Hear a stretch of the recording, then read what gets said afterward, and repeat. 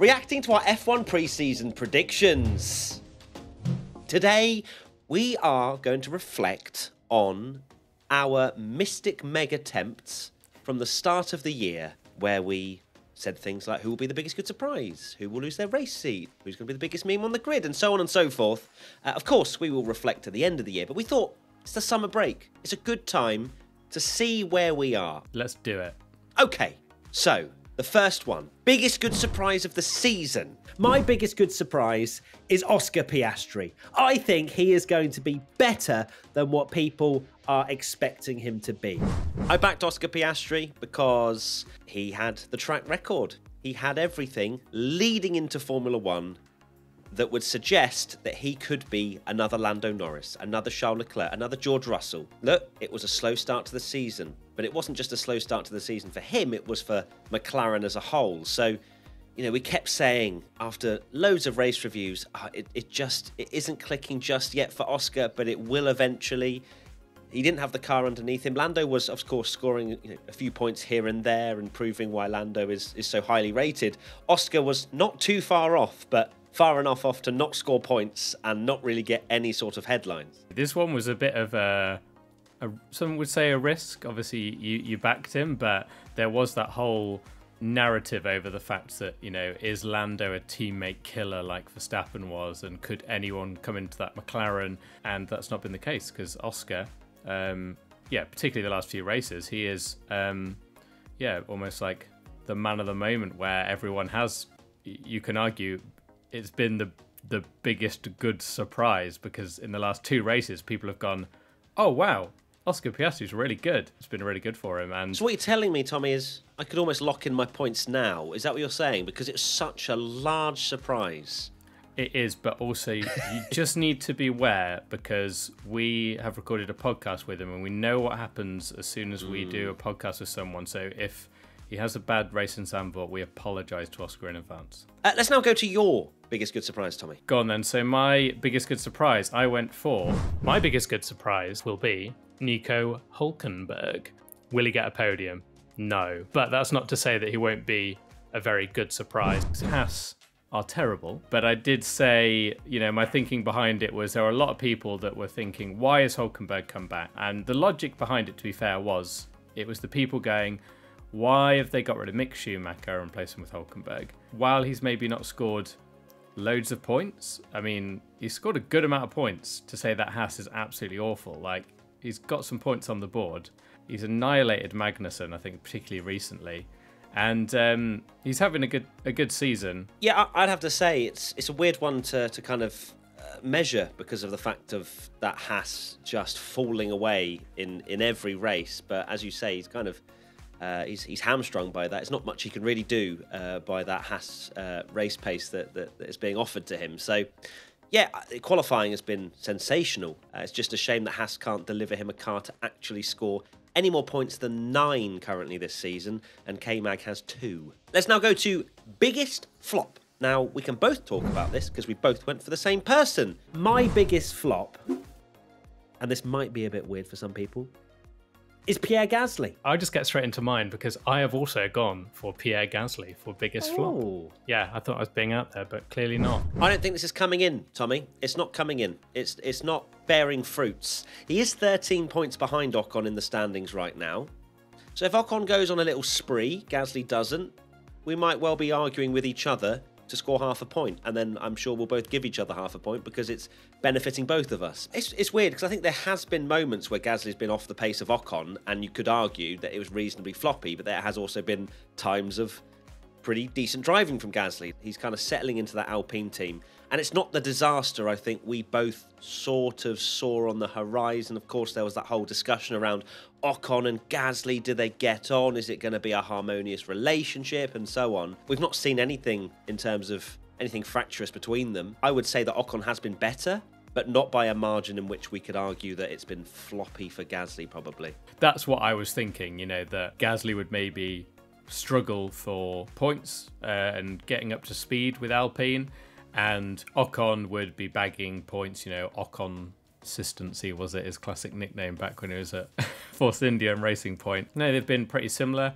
Yeah, there's not been a huge amount to separate them in the race, so I don't think they get this one. I mean, they tend to have quite similar races, whether that be they're kind of 8th and 9th, or if they DNF, they both DNF together. We now move to who loses their race seat. Tommy, why don't you go first? What did you predict for that one? I'll go first before the smugness. I have gone boring, and I said that losers race seat, I've gone for no one. Wrong. It wasn't. Yeah, it was very wrong. That prediction right there was a Max Verstappen pole position prediction if I've ever seen it. Oh, yeah. That 100%. was I want a point to the end of the year. Of course no one's losing their race seat. Absolutely not. Should we move to what I predicted? Not that anyone doesn't know, because I've already said it. You've already basked in the glory of it 100 times. I think that Nick De Vries could lose his race seat to Daniel Ricciardo. Oh, spicy. I don't care how this tots up at the end of the season with all these different segments. I am getting 100 points for that, because it is the most specific prediction that Nick De Vries would lose his race seat at all, because there was hype. There was, oh my God, he got to score points in his first race for Williams.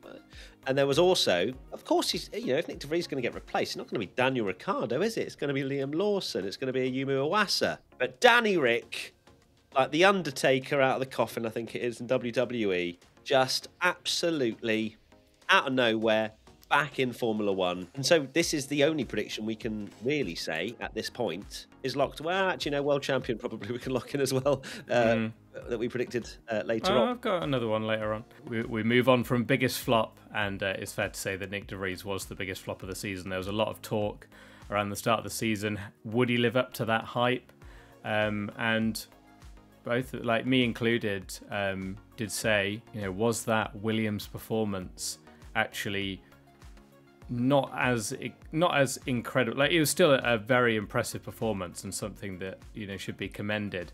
Maybe the overhyping of it, and yeah, he's got into the car alongside Tsunoda, and Nick De Vries just didn't do anything. But I think, yeah, the most impressive thing for me about that prediction is the Ricciardo bit. A lot of people, me included, thought, well, he's never going to take a downgrade and go to potentially one of the worst teams on the grid. Even more embarrassingly, the team that's the junior team that he started his F1 career with left the main Red Bull team, but he is back, and it's a fair play. It's a very good prediction. It's the best prediction ever, isn't it? I mean, come on. Let's see how it unfolds for him when we get into the second half of the season. We now go to a new race winner. I've gone for no. I didn't want to be boring. The top 3 teams from last year all have race winners in them now. I've also gone boring and gone for no one. To be honest, we could have asked for a winner other than Red Bull, and we might have actually had some hope there. And still said no one. But no, not even a new race winner. Neither of us said we would get one, and my God, were we on to something. Yeah. Imagine if we'd have gone, will anyone else win a race other than Red Bull? We would have gone, oh, shut up, come on. By the halfway point, at least there's going to be one crazy race. There's going to be a bit of rain. There's going to be a bit of unpredictability. There's going to be a bit of unreliability. But no, they've won everything. What's interesting, though, is this one, a new race winner, obviously being someone that's never won the race before, not just someone other than Red Bull. We were talking like maiden victory. Lando. Yeah, exactly. And yeah. I think our logic was Charles has won, Carlos has won, Russell's won. So where's it coming from? McLaren, we didn't think they were going to be any good, and they started appallingly. But you could argue now it looks like if Red Bull somehow miraculously didn't win and the 2 of them had a problem, maybe McLaren would be there to pick up the pieces, and of course either McLaren driver would be a new race winner. But we are still on for a point for that one, as much as I would happily accept no points. We now go to biggest meme on the grid. Fernando Alonso. I feel like he'll join Aston Martin. Aston won't be particularly good, and we'll just have loads of amazing team radios of Fernando Alonso having a terrible race and coming over the radio and basically talking about how bad his Aston Martin is. I locked in, and I think there's no way anyone's catching him. The man has a TikTok. The man has so many screenshots of his face going around. It's not the reason I thought it was going to be Fernando Alonso being the biggest meme on the grid. I did not have that he would have his own TikTok account as part of that, but no. I'll take it. What's quite funny is you go back on the original video that we're referring to, and ordered by Newest Comments. And I remember reading it back a couple of months back going, Matt's prediction of Alonso being the biggest meme on the grid has come in, but not for the reason you said, because you were saying that he's going into, is it going to be another disastrous career choice? He's going against Lance Stroll, you know, the son of the owner. Is it all going to go wrong for Fernando? And I think you said, like, you know, he's going to get frustrated and start doing sassy radio messages. But no, instead it's him hitting the griddy down the pit lane on TikTok. So who would have saw that coming? He has been very meme-worthy. What about you, Tommy? I've gone for biggest meme on the grid as Logan Sargent. Can't see anyone other than Williams being quite comfortably last, and Alex Albon's more experienced, so I can just see him being P20 every session. I now understand why you started this stupid TikTok. Oh, can I make Logan Sargent world champion? It's because you're trying to feed this into a point. For those that don't know what I'm talking about, Tommy has a TikTok. On his personal TikTok, he uses this F1 filter where it randomizes a driver and a car and then versus against another driver and a car in a best of, what was it, 16? Best of 32, whatever it is? Yeah, 16. Yeah. Essentially, Tommy's challenge is to make Logan Sargent world champion, but the difficulty is he gets beaten by basically any other driver that has a slightly better car than him. To be fair, you know, my prediction was not anything harsh. It was, my thinking was, I thought Williams were going to be dreadful. I'm not wrong that Logan Sargent hasn't been on Albon's pace. He's not been anywhere near Albon, really, and Albon's been putting in some brilliant performances, but the Williams has been better. And I'm very glad this is wrong, because I like Williams a lot. You know, they're doing really well, and they've gone from being this clearly the worst car on the grid to actually maybe even the 7th best car now. Williams aren't miles off the pace, and that means that, you know, Logan isn't finishing P20 like I thought he would. Right, I don't want to talk about this next one. It's world champion. I went for, Hear me out. I have gone for Charles Leclerc. How many points behind is he? Verstappen 314, Charles Leclerc 99. So he's 215 points behind. All right, cool. Championship back on. We just need to win the next 9 in a row, as Frank feels really strongly about that, as I do as well. Do I regret it? No. Because I was living in a land of hope and dreams, and it was a good time. It was a good time to not know what was coming. And then when Bahrain DNF happened and how far Red Bull were clear, I realised a world of hurt was on the way. Will I be back next year with the same prediction? Probably, but let's see. Indeed. So, yeah, I went for Max Verstappen. However, I couldn't have possibly imagined that it would be, you know, potentially coming in so insanely easily. You know, him winning all but 2 of the races. Those 2 races, he finished an appalling 2nd place in both of them. But well done, Tommy, for that prediction. It wasn't a dead cert. I'm not even going to have a go at you for saying world champion, because, of course, he won 22 quite easily. But it wasn't like it was a guarantee that Red Bull would take another massive stride forward and everyone else just wouldn't. So yeah, well done, Tommy. You're so clever.